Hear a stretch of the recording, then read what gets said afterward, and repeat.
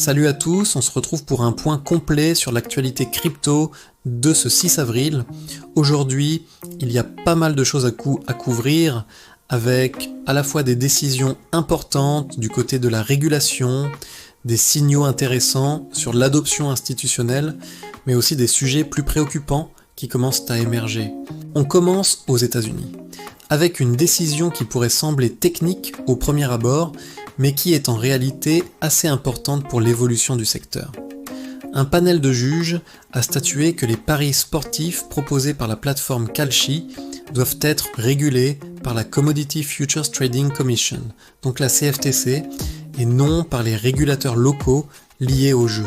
Ce que ça veut dire concrètement, c'est que certains produits qui ressemblent à des paris peuvent être considérés comme des instruments financiers dérivés. Et ça, c'est un point clé, parce que ça élargit potentiellement le champ d'action des régulateurs financiers sur des plateformes qui jusqu'ici pouvaient être perçues comme étant en dehors de leur juridiction. À plus long terme, ce type de décision pourrait aussi avoir un impact indirect sur certains produits crypto, notamment ceux qui ressemblent à des marchés de prédiction ou à des dérivés décentralisés.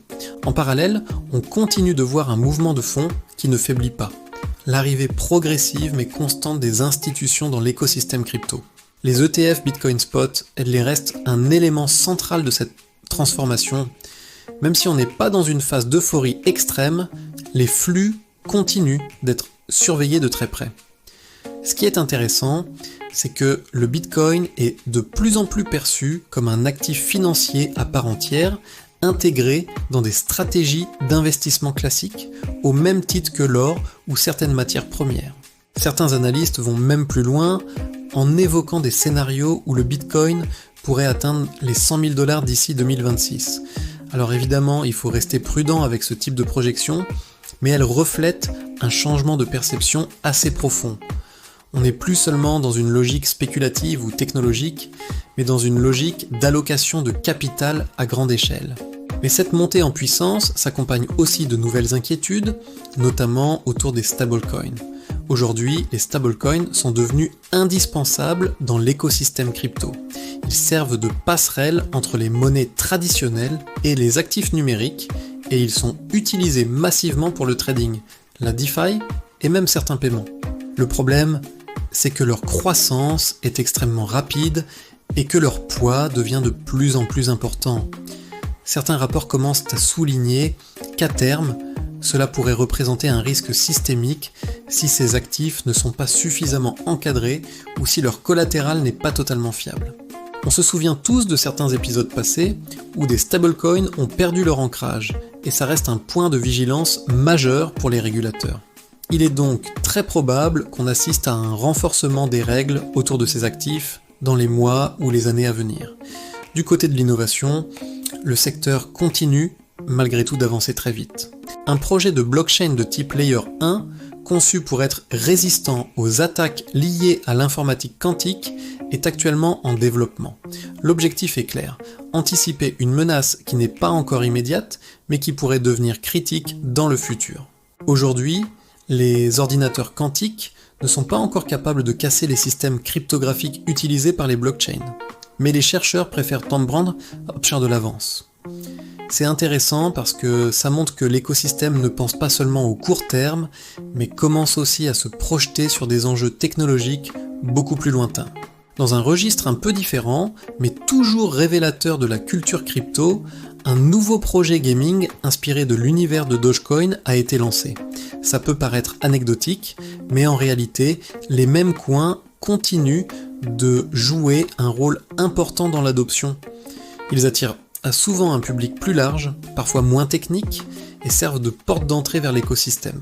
Ce mélange entre culture internet, humour et finance reste une caractéristique unique du marché crypto. Du côté des grandes institutions financières, on observe également des avancées concrètes.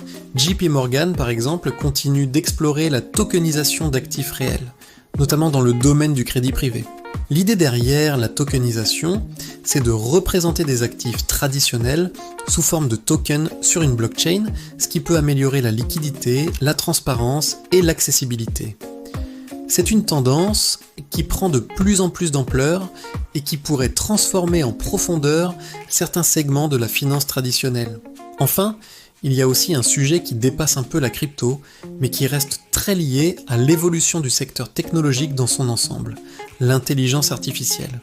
Un débat continue de se développer autour de son impact sur l'emploi. Certaines figures importantes du monde de la tech estiment que les craintes liées à des pertes massives d'emplois seraient exagérées, et que l'IA va surtout transformer les métiers plutôt que les détruire complètement. C'est un débat qui est loin d'être tranché, mais qui va clairement continuer à influencer les marchés et les investissements dans les années à venir.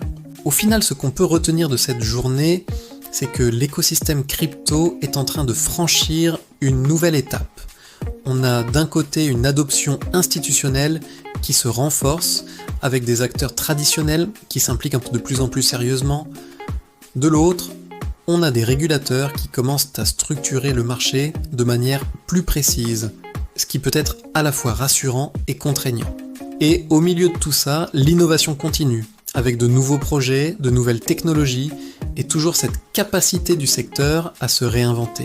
On est donc dans une phase assez charnière, où les décisions prises aujourd'hui pourraient avoir un impact durable sur la suite. Comme d'habitude, il va falloir rester attentif, garder du recul, et suivre tout ça de très près. On se retrouve très vite pour la prochaine mise à jour.